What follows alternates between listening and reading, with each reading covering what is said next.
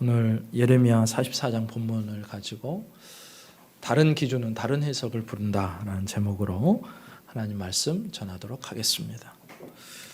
얼마 전에 흥미로운 조사 결과를 접하고 마음이 약간 씁쓸했던 적이 있습니다. 바로 나라별 중산층의 기준에 대한 조사였어요. 유럽의 한 나라 중산층 기준을 보니까 첫 번째가 외국어를 하나 정도는 할 수 있어야 하고, 두 번째 직접 즐기는 스포츠가 있어야 되고, 세 번째 다룰 줄 아는 악기가 있어야 하고, 네 번째 남들과는 다른 요리를 만들 수 있어야 하고, 다섯 번째 공분에 의원이 참여해야 하고, 여섯 번째 약자를 도우며 봉사활동을 꾸준히 할 것. 이런 기준이 중산층의 기준이랍니다. 또 다른 한 나라를 보니까 첫 번째가 뭐냐면 페어플레이를 할 것, 두 번째 자신의 주장과 신념을 가질 것, 세 번째 독선적으로 행동하지 말 것, 네 번째 약자를 두둔하고 강자에 대응할 것, 다섯 번째 불의, 불평, 불법에 의연히 대처할 것. 근데 이런 나라, 이런 중산층에 대한 기준이 있는데 우리나라 중산층의 기준은 좀 달라요. 기준이 뭐냐? 첫 번째, 부채 없는 아파트 30평 이상 소유. 두 번째, 월 급여 500만 원 이상. 세 번째, 자동차는 2000cc급 중형차 소유. 네 번째, 예금액 잔고 1억 원 이상 보유. 다섯 번째, 해외여행 1년에 한 차례 이상 다닐 것. 좀 다르죠? 달라요. 기준이 많이 다릅니다. 차이가 많이 납니다. 유럽 쪽은요, 정신, 인격적인 부분에 대해서 많이 강조를 하는데 한국은 하나하나 뜯어보면 다 무슨 이야기예요? 돈 이야기예요, 돈 이야기. 다 물질에 관한 겁니다. 돈을 얼마나 많이 가지고 있느냐, 얼마나 풍요롭게 사느냐, 사람들의 관심이 전부 다 거기에만 집중되어 있는 거예요. 이런 기준으로 보면 각국의 중산층은요 다를 수밖에 없죠. 우리나라에서 중산층에 속한 사람이요 유럽에 가면요 중산층이 아닐 수도 있고요. 유럽의 어떤 나라에서 중산층이라고 자부하지만 한국으로 오면 중산층에 못 낄 수도 있습니다. 각각 다른 기준에 따라서 중산층이 나눠진다면 한쪽에서는 전혀 자격 없는 사람들이 다른 쪽에서는 또 자격을 갖춘 사람으로 그런 그룹에 속할 수 있겠구나, 그런 생각을 하게 됐어요. 근데 재밌는 것은 조선시대 이야기도 나오더라고요. 조선시대 중산층의 기준은 지금 우리가 가진 우리 대한민국 지금 현 주소와 그 기준과는 좀 많이 달랐더라고요. 첫 번째가 뭐냐면 두옥한 집에 두어 일항 전답이 있고 겨울 솜옷과 여름 배옷 각 두어 벌이 있을 것. 두 번째, 서적 한 실ong, 검은고 한 벌, 햇볕 쐴 마루 하나, 차 다릴 화로 하나, 늙은 몸 부축할 지팡이 하나, 봄 경치 찾아 다닐 나귀 한 마리. 세 번째, 의리를 지키고 도의를 어기지 않으며 나라의 어려운 일에 바른 말하고 사는 것. 어떤 면에서 우리 선조들은 우리보다 좀 더 건강하고 균형에 잡힌 그런 기준을 갖고 있었던 것 같아요.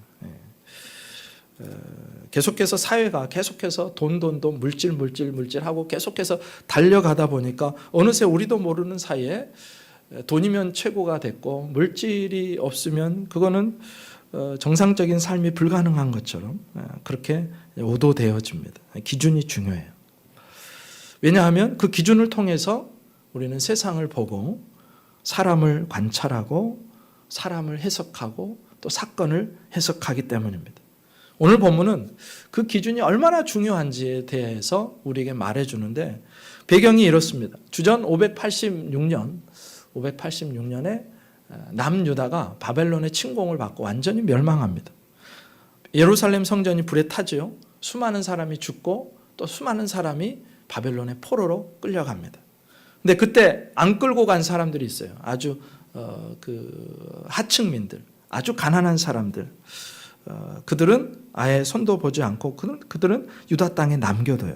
그러면서 한 사람 그다랴를 총독으로 세워가지고 그 빈민들과 남은 사람들을 다스리게 하는데, 근데 문제가 발생합니다. 얼마 지나지 않아서 자객이 그 총독에게 들이닥쳐요. 이스마엘이라는 자객이 총독 그다랴를 암살하고 함께하고 있던 바벨론 군사들을 살해합니다. 우여곡절 끝에 유다에 남은 백성들은 그 자객 이스마엘로부터 노이게는 되지만 결국 애굽으로 떠날 것을 결정해요.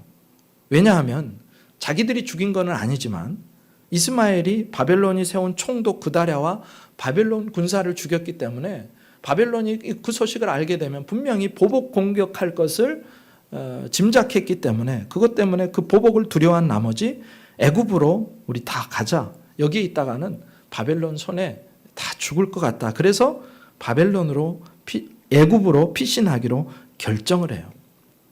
근데 하나님께서는 예레미야를 통해서 남은 백성들에게 유다 땅에 머물러라 그렇게 말씀하세요. 이곳에 눌러앉아 살아라. 내가 너희를 보호해 주겠다. 예레미야 42장 10절부터 11절에 이렇게 말씀하세요. 너희가 이 땅에 눌러앉아 산다면 내가 너희를 세우고 헐지 아니하며 너희를 심고 뽑지 아니하리니 이는 내가 너희에게 내린 재난에 대하여 뜻을 돌이킴이라. 여호와의 말씀이니라. 너희는 너희가 두려워하는 바벨론의 왕을 겁내지 말라. 내가 너희와 함께 있어 너희를 구원하며 그의 손에서 너희를 건지리니 두려워하지 말라. 이렇게 말씀하십니다. 하나님께서 보호와 안전을 약속하세요. 그럼 어떻게 해야 될까요? 당연히 보복이 두렵지만 하나님이 보호해 주신다고 하셨으니까 유다 땅에 머물러야 됩니다. 예루살렘에 머물러야 돼요. 그런데 백성들은요, 한번 자기 마음을 애굽으로 정했잖아요. 그때부터 마음을 꺾지를 않습니다. 불순종해요. 기어이 고집을 부려가면서 애굽으로 내려갑니다. 그리고 그때 예레미야와 바룩이라는 사람도 같이 강제로 끌고 내려가게 되는 거예요. 애굽 땅에 도착한 후에 여러 지역에 믹돌, 다바네스, 높, 바드로스 지방에 흩어져 사는데요. 강제로 끌려간 예레미야는요, 그곳에서도 하나님의 말씀을 유다 백성들에게, 남은 백성들에게 전합니다. 심판을 선포해요. 12절에 이렇게 나와요. 내가 또 애굽 땅에 머물러 살기로 고집하고 그리로 들어간 유다의 남은 자들, 어떤 말인지 아시겠죠? 유다의 그 남은 자들을 처단하리니, 하나님의 말씀입니다. 그들이 다 멸망하여 애굽 땅에서 엎드러질 것이라. 그들이 칼과 기근에 망하되 낮은 자로부터 높은 자까지 칼과 기근에 죽어서 저주와 놀램과 조롱과 수치의 대상이 되리라. 하나님께서는 고집을 꺾지 않고 애굽 땅에 내려간 백성들을 무자비하게 심판하신다고 말씀하세요. 다 망할 거다. 칼과 기근에 죽을 거다. 저주거리, 놀림거리, 조롱과 수치의 대상이 될 것이다. 그렇게 심판을 선언합니다. 그런데 이 심판 선언을 들은 유다 백성들, 그 남은 사람들이요, 회개하려고 하지를 않아요. 대신에 대적합니다. 하나님께 항변해요. 16절부터 이렇게 나와요. 16절. 내가 여호와의 이름으로 우리에게 하는 말을 우리가 듣지 아니하고, 지금 이 백성들이요, 그 예레미야에게 말하고 있는 거예요. 당신이, 예레미야 당신이 하나님의 이름으로 우리에게 하는 말을 우리는 듣지 않겠다. 그렇게 합니다. 그 다음에 17절부터 넘어가서 우리 입에서 낸 모든 말을 반드시 실행하여 우리가 본래 하던 것, 곧 우리와 우리 선조와 우리 왕들과 우리 고관들이 유다 성읍들과 예루살렘 거리에서 하던 대로 하늘의 여왕에게 분향하고 그 앞에 전제를 드리리라. 이게 무슨 말이냐면 우상 숭배 계속하겠다는 얘기입니다. 그렇게 망해놓고도 이들이요, 애국까지 내려가서 하늘 여왕에게 분향하고 그 앞에 전제를 드리리라. 그때에는 우리가 먹을 것이 풍부하며 복을 받고 재난을 당하지 아니하였더니 우리가 하늘의 여왕에게 분향하고 그 앞에 전제 드리던 것을 패한 후부터는 모든 것이 궁핍하고 칼과 기근에 멸망을 당하였느니라 하며, 이렇게 나오는 거예요. 백성들이요, 예레미야에게 반박하는 거예요. 우리는 이제 당신의 말을 듣지 않겠다. 그 말은 곧 예레미야를 통해서 주시는 하나님의 말씀을 듣지 않겠다. 그런 선언입니다. 말씀 앞에서 하나님 우리가 잘못했습니다. 우리가 고집을 부려서 여기까지 와서 하나님 심판을 선언했는데 그럼 다시 돌아가면 안 될까요? 라고 자기를 꺾는 사람이, 회개하는 사람이 단 한 사람도 없어요. 모두가 다 말씀 앞에서 목을 곧게 합니다. 그리고 이 장면에서 무슨 죄가 드러나냐면 우상숭배의 죄가 드러나죠. 근데 그들의 말이 충격적이에요. 우리가 유다와 예루살렘 거리에서 하던 대로 하늘의 여왕에게 계속해서 분향하고 제사를 드릴 거다. 한마디로 하늘 여왕 우상 숭배를 그치지 않겠다고 합니다. 근데 그 이유가 더 놀랍고 충격적이었죠. 뭐라 그랬냐면 하늘 여왕을 섬길 때는, 우상을 섬길 때는 우리가 먹을 것이 풍부했고 복을 받았고 재난을 당하지 않았다. 그런데 그렇게 하늘 여왕을 섬기다가 그 우상을 버리고 하나님을 섬기고서부터는 궁핍해졌고 칼과 기근에 멸망을 당하게 되었다. 그러니 우리가 하늘 여왕을 섬기고 하늘 여왕에게 제사하는 것이 당연한 거 아니냐. 이 사람 논리가 그럴듯하지 않습니까? 하나님 그때는 하나님도 물론 섬겼지만 하늘 여왕을 섬길 때는 우리가 아무런 문제가 없었어. 바벨론이 침략해 오지도 않았고 우리는 그래도 복받고 잘 살고 있다고 생각했고 풍족했고 먹을 것이 풍부했어. 그런데 그 하늘 여왕을 버리고 우상 숭배를 척결하고 난 다음부터는 우리가 이 망조가 든 거야. 그러니까 우리 이제 다시 돌아갈 거야. 우상에게 다시 돌아갈 거야. 어처구니 없는 말이에요. 그동안 하나님은요, 예레미야를 통해서 우상을 떠나서 하나님께 돌아오라고 말씀하셨는데 안 돌아와요. 계속 그 길을 가고 심판을 당합니다. 결국 예레미야의 예언대로 남유다는요, 바벨론에 의해서 멸망하고 수많은 사람이 죽고 포로로 끌려갔어요. 하나님의 말씀이 그대로 이루어진 거죠.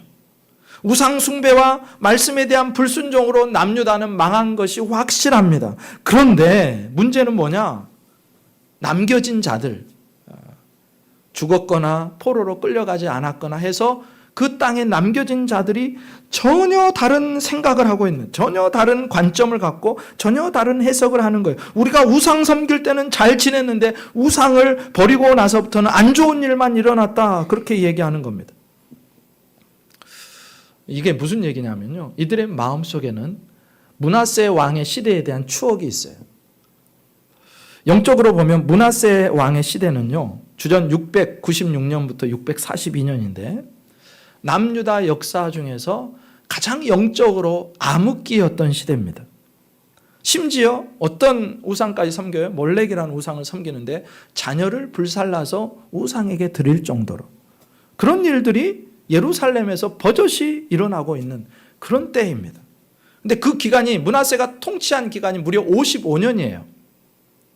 하나님께서 유다 멸망을 작정하신 것이 바로 이 므낫세 왕 때문이었습니다. 므낫세와 그 시대의 우상 숭배 때문에 내가 절대로 심판을 돌이키지 않겠다. 열왕기 하에 가보면요, 계속 그 말씀을 하세요. 결국 그것 때문에 심판을 받습니다.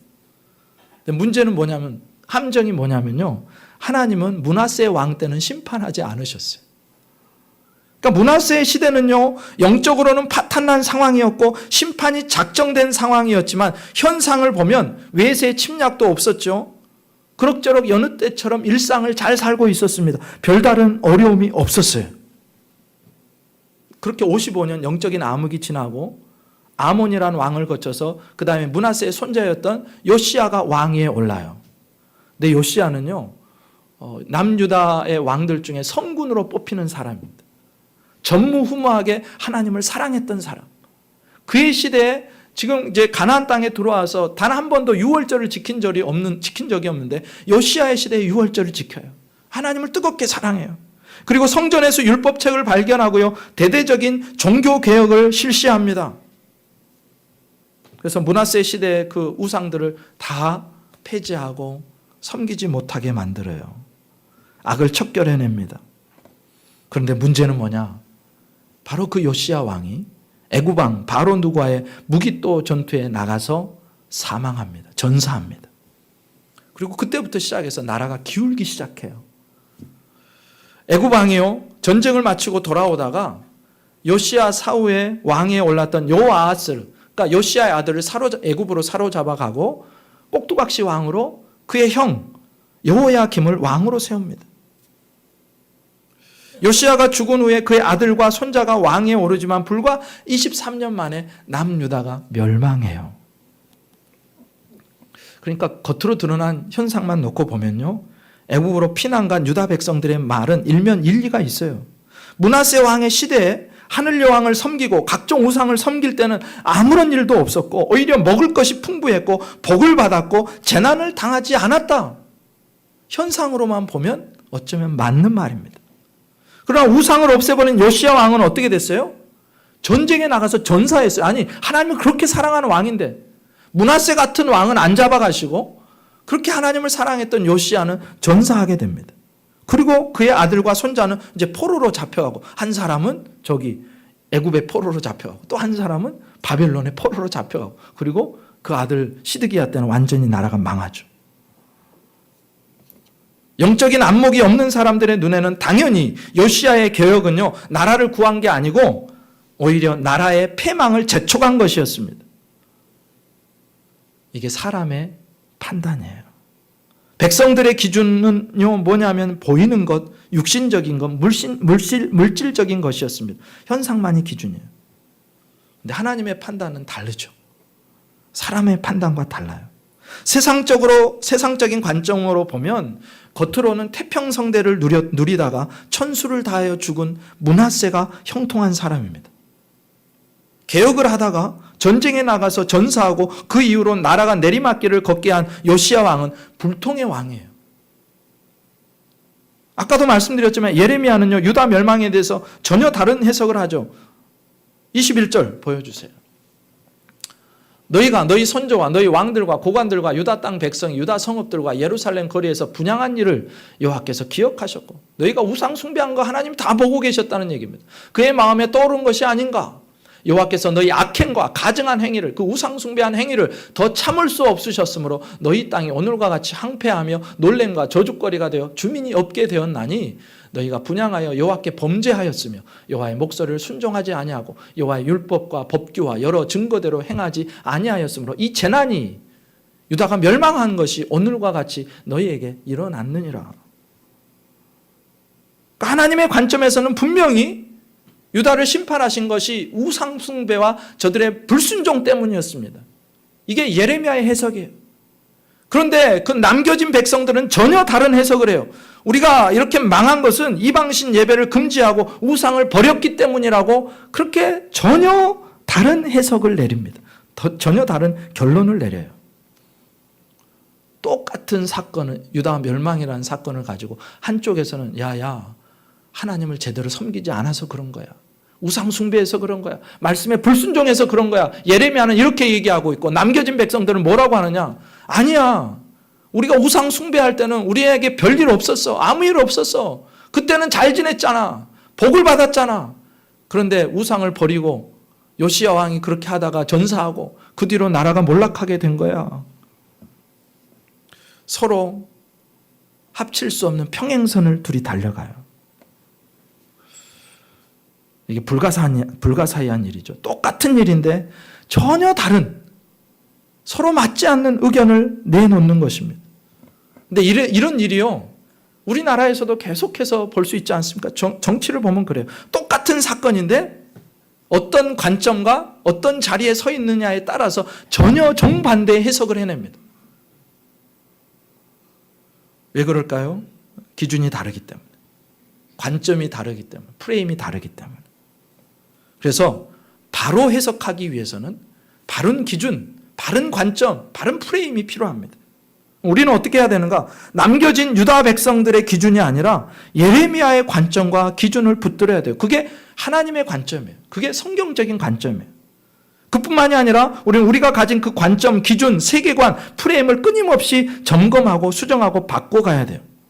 여러분, 우리가 성경을 계속해서 가까이 하십시오, 말씀을 읽으세요, 묵상하세요, 설교를 들으세요, 예배를 드리세요 하는 이유가 무엇일까요? 이미 내 안에 형성된 그 잘못된 기준, 잘못된 관점, 그 프레임을 깨뜨리고 무너뜨리고 바른 관점과 기준을 세우기 위해서. 그렇지 않으면 우리도 알지 못하는 사이에 유다 백성들의 입장이 되어 있다는 것, 그 사실을 아셔야 됩니다. 나도 모르는 사이에 예레미야의 관점이 아니라 유다 남겨진 백성들, 우리가 우상 안 섬겨서 이렇게 망했지라는 말도 안 되는 그 관점으로 우리가 넘어갈 수 있다는 거예요.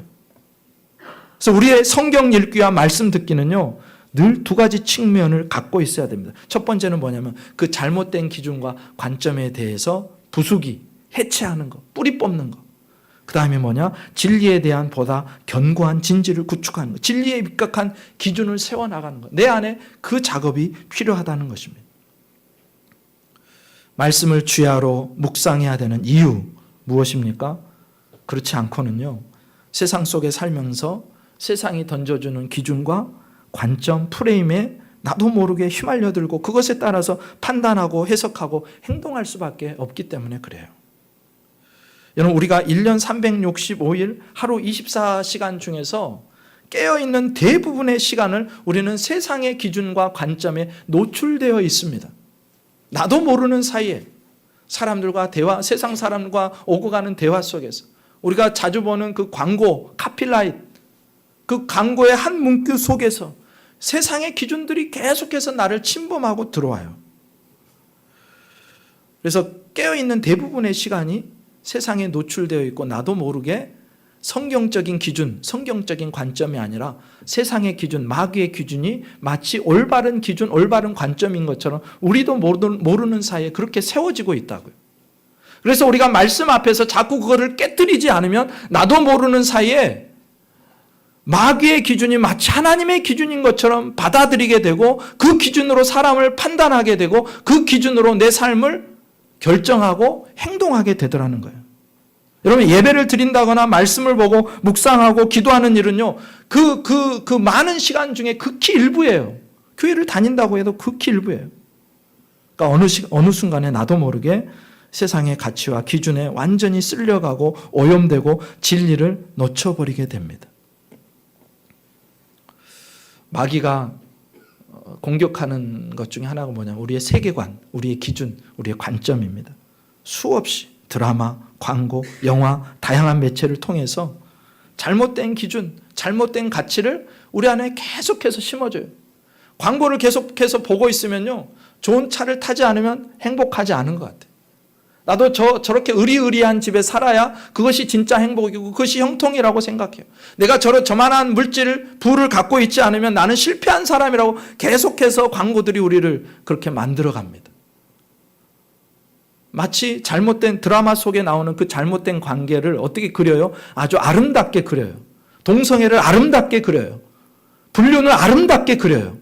그리고 마치 그것이 기준인 것처럼.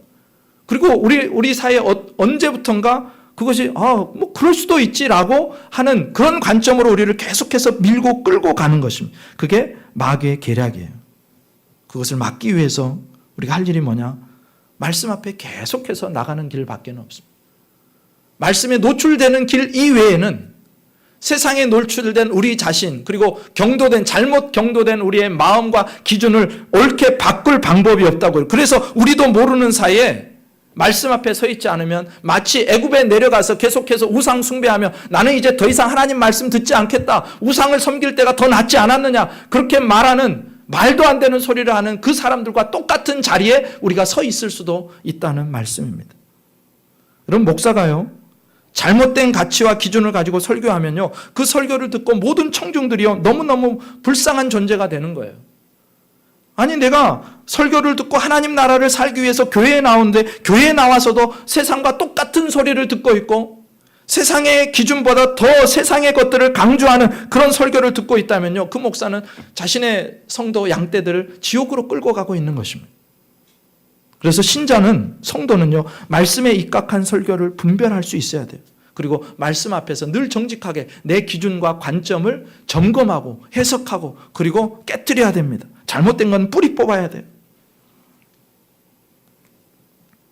여러분, 오늘 본문에서 우리에게 보여주는 세상적인 가치 기준과 하나님 나라의 기준을 선명하게 볼 줄 알아야 됩니다. 하나님의 백성들에게요, 잘 먹고 잘 지내고 아무 일 없이 평안한 것, 이게 절대로 기준이 될 수 없다는 것을 아셔야 돼요. 우상을 섬길 때 그때 우리 풍요했어요. 우상을 섬길 때 그때 전쟁도 없었어요. 우상을 섬길 때 오히려 잘 지냈어요. 여러분, 그게 기준이 되면요, 하나님의 사람들이요, 그 기준에 끌려가기 시작하면 우리도 어느 순간 애굽에 내려가 있고 어느 순간 우상을 섬기는 게 마땅하다고 생각하는 자리에 가 있게 되는 것입니다. 여러분, 세상이 말하는 형통과 성경이 말하는 형통은 다르죠. 우상을 섬기면서 부유해지고 아무 일 없고 평탄한 삶을 살 때 세상은 그것을 형통이라고 불러요. 그런데 성경도 그렇게 부르냐? 그렇지 않죠. 하나님을 떠나 있으면 그것 자체로 이미 저주예요. 그것 자체로 불통이에요. 하나님을 떠나 있기 때문에, 영원한 하나님의 나라와 아무런 상관이 없는 삶을 살고 있기 때문에, 그가 아무리 우상을 섬기면서 세상 속에서 잘 나가고 떵떵거리고 좋은 집 좋은 차를 끌고 있어도 그거는 불통이고 저주예요. 그런데 우리는 그렇게 생각 안 하죠.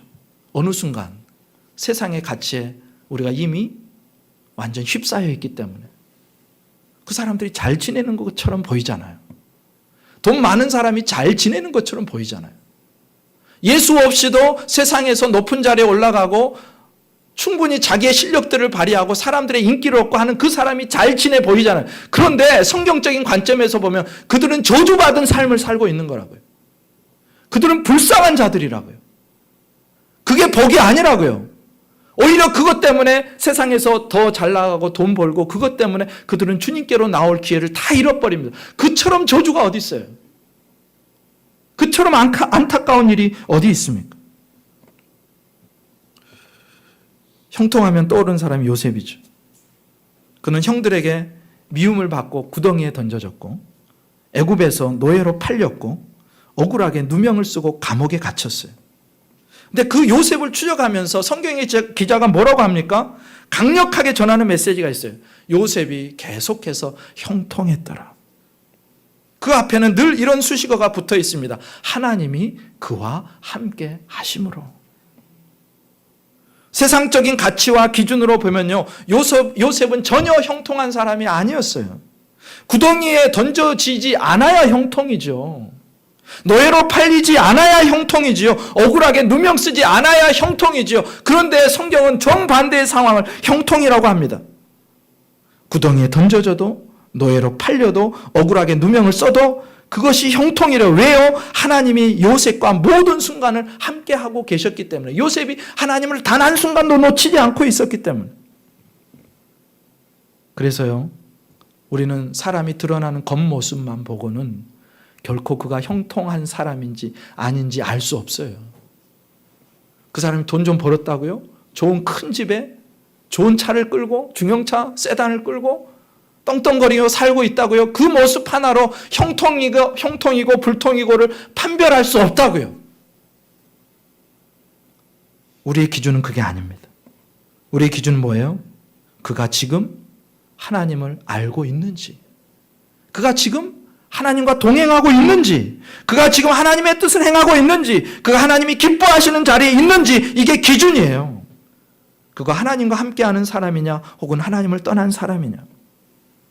근데 우리는 부럽잖아요. 예수 없이도 돈 많고 잘 지내는 것 같은 사람이 부럽잖아요. 그 기준이 잘못된 거라니까요. 그들을 안타깝고 불쌍히 여겨야 돼요. 그들을. 사람들은요, 근데 드러나는 것만 보고 그것만 보니까 거기에 다 속습니다. 돈 많이 벌고 크고 좋은 집에 살고 좋은 자동차 끌고 정기적으로 해외여행을 다니고 원하는 건 뭐든지 할 수 있다. 이게 형통의 기준이 아니래요. 성경은. 그것들은요, 모두 형통을 가장한 저주요 심판이래요. 여러분, 어떤 분이 이런 얘기를 해요. 예수 믿고 더 힘들어졌대요. 예수 믿기 전이 더 좋았대요. 여러분, 진짜로 그래요. 이분은 기준이 제대로 서 있지 않아서 그런 이야기를 아주 담대하게 할 수 있어요. 예수 믿고 영원한 천국 백성이 되고 하나님의 자녀가 된 것은 세상의 모든 재물과 부귀와 영화를 줘도 바꿀 수 없는 가장 큰 가치요 복이에요. 믿으세요? 예, 그러니까 예수 믿으면 그걸로 이미 나는 세상에서 최고의 복을 받은 거라고요. 나는 최고로 형통한 사람이에요. 근데 왜 사람들은 예수 믿기 전이 더 좋았다고 그래도 그래도 그때가 나았다고 하느냐? 왜 오늘 애굽에 내려간 백성들이 우상 숭배할 때가 더 좋았다고 하고 우상을 버렸더니 망했다고 하느냐? 기준이 물질과 힘이었기 때문에. 그들의 마음속에는 세상적인 기준이 꽉 차 들어가 있어요. 마귀가 그렇게 속였으니까. 우리도 마귀에게 속아서, 매체에 속아서 이 땅의 그 물질적인 기준을 가지고 사람들을 판단하고 보고 이야기합니다. 그런데 그게 우리의 기준이 아니라고 성경은 계속해서 우리에게 말씀하잖아요. 어떤 사람이 예수 믿고 수입이 줄어들고 건강이 악화되고 일이 원하는 대로 안 풀렸다 그래요. 겉으로 드러나는 것으로만 보면 예수 믿기 전이 훨씬 좋은 거죠. 그게 바로 오늘 예레미야를 대적하고 하나님의 말씀을 부정하고 끝까지 자기 고집으로 애굽에 내려가서 살던 남은 유다 백성들의 모습입니다. 그들은 결국 어떻게 되느냐? 끝까지 자기들만의 해석, 자기들만의 기준을 고집하고 하늘 여왕을 섬기다가, 우상을 섬기다가 마침내 애굽에서 하나님의 심판, 예레미야가 선언한 대로 심판받고 망합니다. 26절부터 28절까지 이렇게 나와요. 그러므로 애굽 땅에서 사는 모든 유다 사람이여 여호와의 말씀을 들으라.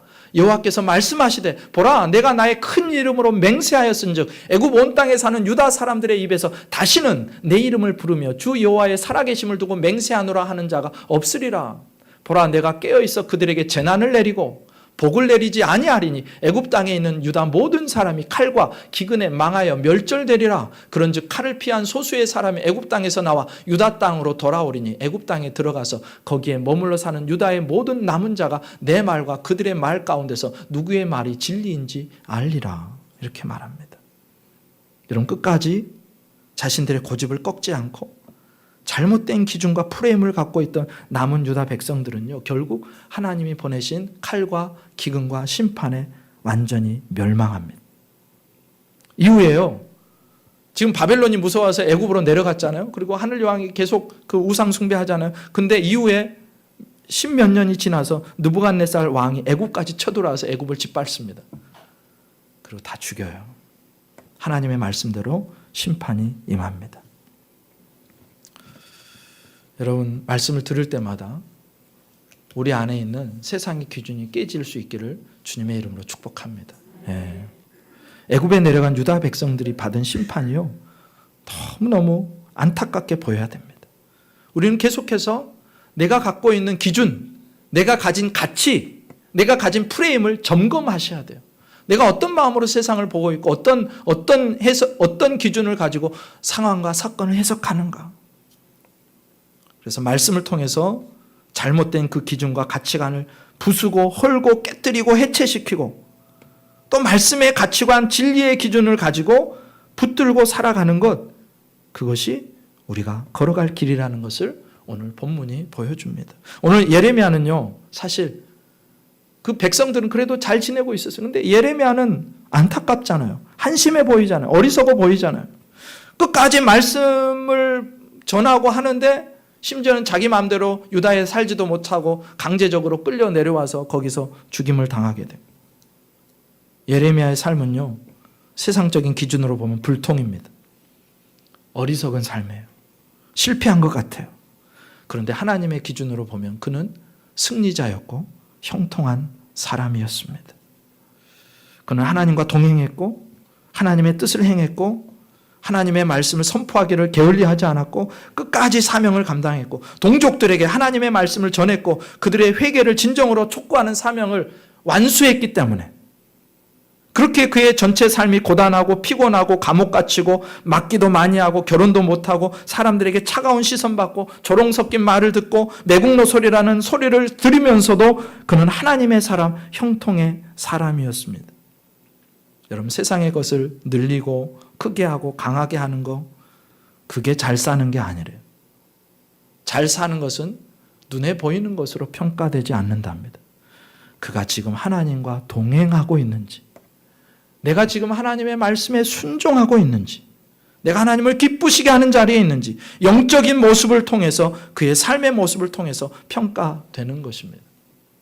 그러므로 여기 계신 모든 분들이 만약에 참으로 예수 그리스도를 믿고 구원받은 하나님의 백성이 되었고 여전히 주님과 함께하고 있다면 여러분은 단 한순간도 형통하지 않은 적이 없었던 분들입니다.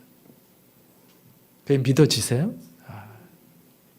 좀 아프고 고단하고 삶이 힘든 것 같고 문제투성이고 여러 가지 환경이 나를 부대끼게 하는 그 상황 속에서도 내가 주님을 예수 그리스도를 내 주로 구원자로 고백하고 있고 하나님의 백성으로 오늘 또 하루를 살아가고 있다면 그 사람은 오늘 또 형통한 사람입니다. 복된 사람이 세상의 어느 누구보다 하나님 없이 예수 없이 십자가 없이 세상에서 떵떵거리는 어떤 사람보다 그는 복 있는 사람. 이게 우리의 기준입니다. 그 기준을 늘 붙드시고 오늘 애굽에 내려갔던 그 백성들처럼 잘못된 기준 붙들고 살다가 우상 숭배하면 망하는 길이 아니라 예레미야처럼 힘들고 어렵지만 그래도 순종하고 하나님과 함께 동행함으로 끝까지 형통의 삶을 사는 우리가 모두가 될 수 있기를 주님의 이름으로 축복합니다.